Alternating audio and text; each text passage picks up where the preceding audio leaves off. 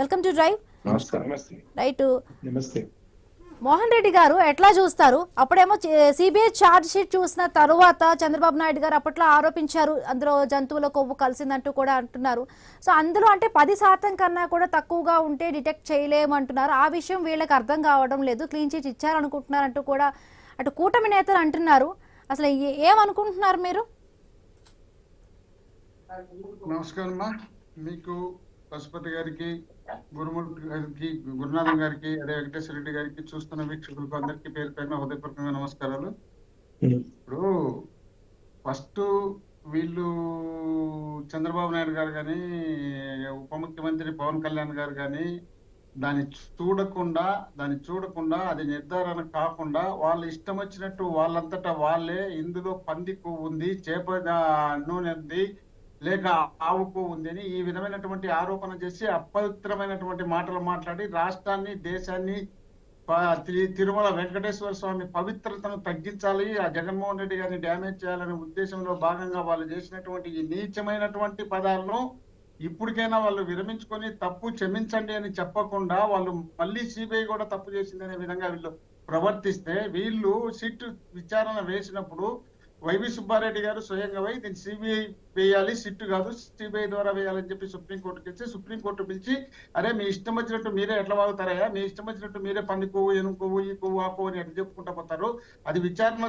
తేలాలి కదా, తేలిన తర్వాత మాట్లాడాలి కదా, కానీ సిట్ అనేది మీ ఆధీనంలో ఉంటుంది, రాష్ట్ర ప్రభుత్వం ఎవరు నడుపుతున్నారో వాళ్ళ ఆధీనంలో ఉంటుంది, ప్రభుత్వం ఎటు చెప్తే అటు ఉంటుంది సిట్టు. కాబట్టి ఇది ఒక పవిత్రమైనటువంటి తిరుమల తిరుపతి దేవస్థానం, దేశానికి కాదు ప్రపంచం యావత్తు అభిమానించే తిరుమల తిరుపతి దేవస్థానం మా ఆంధ్రప్రదేశ్ కు దొరకడం మనకు అదృష్టం. అలాంటి తిరుమల తిరుపతి దేవస్థానాన్ని మీరు అపవిత్రపాలు చేయడం తప్పు కదా, ఈ తప్పును మీరు మళ్ళీ పొడిగించుకుంటూ పోవడం కాదు కదా, కాబట్టి దీన్ని సిబిఐతో దర్యాప్తు చేయిస్తే బాగుంటుందని చెప్పి సిట్టు, సిబిఐ రెండు కలిసి విచారణ చేస్తే, ఆ విచారణలో పంది కొవ్వు లేదు, దీంట్లో చేప నూనె కొవ్వు లేదు, లేక ఆకుమామ కొవ్వు లేదు అని చెప్పి వాళ్ళు చెప్పిన తర్వాత దాంట్లో 10% ఉంటే కనపడదు, 10% ఉంటే కనపడుతుంది, పైన ఉంటే కనపడుతుంది అని ఇష్టం వచ్చినట్టు ఆరోపణలు చేసుకుంటూ పోతే ఇప్పటికైనా తగ్గించండి. తిరుమల తిరుపతి దేవస్థానానికి సంబంధించినటువంటి ప్రాధాన్యతను తగ్గించకుండా మీ భాషను తగ్గించండి, మీ ప్రచారాన్ని తగ్గించండి అని చెప్తే, అది తేలిన తర్వాత కూడా ఎక్కడంటే అక్కడ పోస్టర్లు పెట్టి వీళ్ళు ఇష్టం వచ్చినట్టు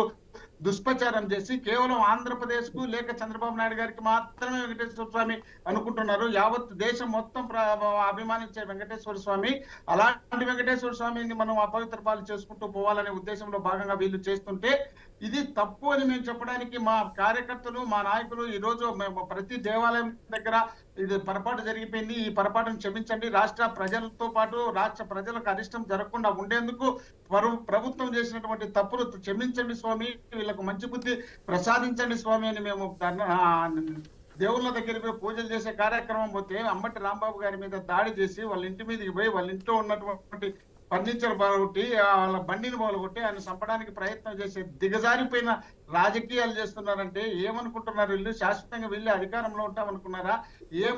ఏమనిపిస్తుందో వీళ్ళకి అర్థం కావడం లేదు. వీళ్ళకి సపోర్ట్ చేస్తున్నటువంటి కూటమికి సంబంధించినటువంటి నాయకులు కూడా ఆలోచన చేయాల్సిన అవసరం ఉంది. బీజేపీ అనేది రామాలయము, హిందుత్వము, సనాతన ధర్మం నినాదంతో వీళ్ళు రాష్ట్రంలో, దేశంలో అధికారంలోకి రావడానికి అవకాశం ఏర్పడినటువంటి ఈ తరుణంలో వీరు వెంకటేశ్వర స్వామి పవిత్రతను తెలిసి కూడా మీ ఇష్టం వచ్చినట్టు మీరు నాటకాలు ఆడడం వల్ల ఇప్పుడు రాష్ట్రంలో అనేకమైన చోట్ల అనేకమైనటువంటి అపచారాలు జరుగుతున్న విషయాన్ని మనం గుర్తు పెట్టుకోవాల్సిన అవసరం ఉంది. కాశీపూర్ గానీ, సింహాచలం గానీ, తిరుమలలో గానీ వీళ్ళు చేసినటువంటి తప్పుల వల్లనే ఈ విధమైనటువంటి అపచారాలు జరుగుతున్నాయి. ఈ అపచారాలు జరగకుండా ఉండాలంటే ఇప్పటికైనా మనం మానుకుందామనే ఉద్దేశాన్ని వీళ్ళు పక్కన పెట్టి, లేదు వీళ్ళు ఇంకా సిట్టు సపరేట్ ఇచ్చింది, సిబిఐ ఇచ్చింది, ఆ సిబిఐలో 10% నిర్ధారణ కాలేదు, ఏం ఇష్టం వచ్చినట్టు వాళ్ళు మాట్లాడుకుంటా పోతున్నారు.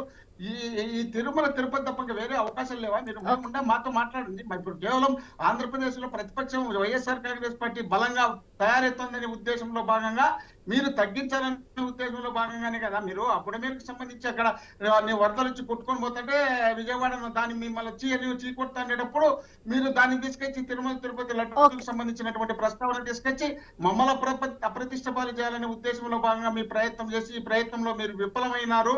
ఈ విఫలమైన తర్వాత ఇప్పుడైనా మానుకోండియా. బోలే బాబా అనే క్యాండిడేట్ 2018 ఫిబ్రవరి చంద్రబాబు నాయుడు గారు ముఖ్యమంత్రిగా ఉన్నప్పుడు పరిచయం చేసి 93,000 లీటర్లు కేజీలు ఆయన అదే విషయాన్ని గురునాథన్ గారిని అడుగుదాం. రూపాయికి ఇచ్చినారు. దాన్ని దృష్టిలో పెట్టుకున్నారో లేదు, 291 రూపాయికి ఇచ్చింది బోలే బాబా అనే క్యాండిడేట్. వాళ్ళ కంపెనీకి ఇచ్చినది చంద్రబాబు నాయుడు గారే తీసుకొచ్చింది, చంద్రబాబు నాయుడు గారు ఇంట్రడ్యూస్ చేసింది, ఆర్డర్ ఇచ్చింది. వీటన్నిటిని దృష్టిలో పెట్టుకొని నడుచుకోకుండా వీళ్ళు ఇష్టం వచ్చినట్టు వీళ్ళు మాట్లాడతారు. 2022లో జగన్మోహన్ రెడ్డి గారు బోలే బాబా దానికి సంబంధించి బ్లాక్ లిస్ట్ పెట్టి వాళ్ళకి వచ్చినటువంటి 18 ట్యాంకర్లు వెనక్కి కూడా పంపించడం జరిగింది. కాబట్టి వీళ్ళు దృష్టిలో పెట్టుకోకుండా వీళ్ళు మేమేదో తప్పు చేసినామనే విధంగా వీళ్ళు ప్రవర్తిస్తున్నది. ఇలాంటి ప్రవర్తన వల్ల రాష్ట్ర ప్రతిష్టతో పాటు మిగతా గెస్టులు కూడా మాట్లాడదాం, వాటితో కూడా రైట్ మోహన్ రెడ్డి గారు మాట్లాడదాం. రైట్ గురునాథన్ గారు ఏం చెప్తారు? అప్పటి ప్రభుత్వం అంటే 2018లో చంద్రబాబు నాయుడు ప్రభుత్వం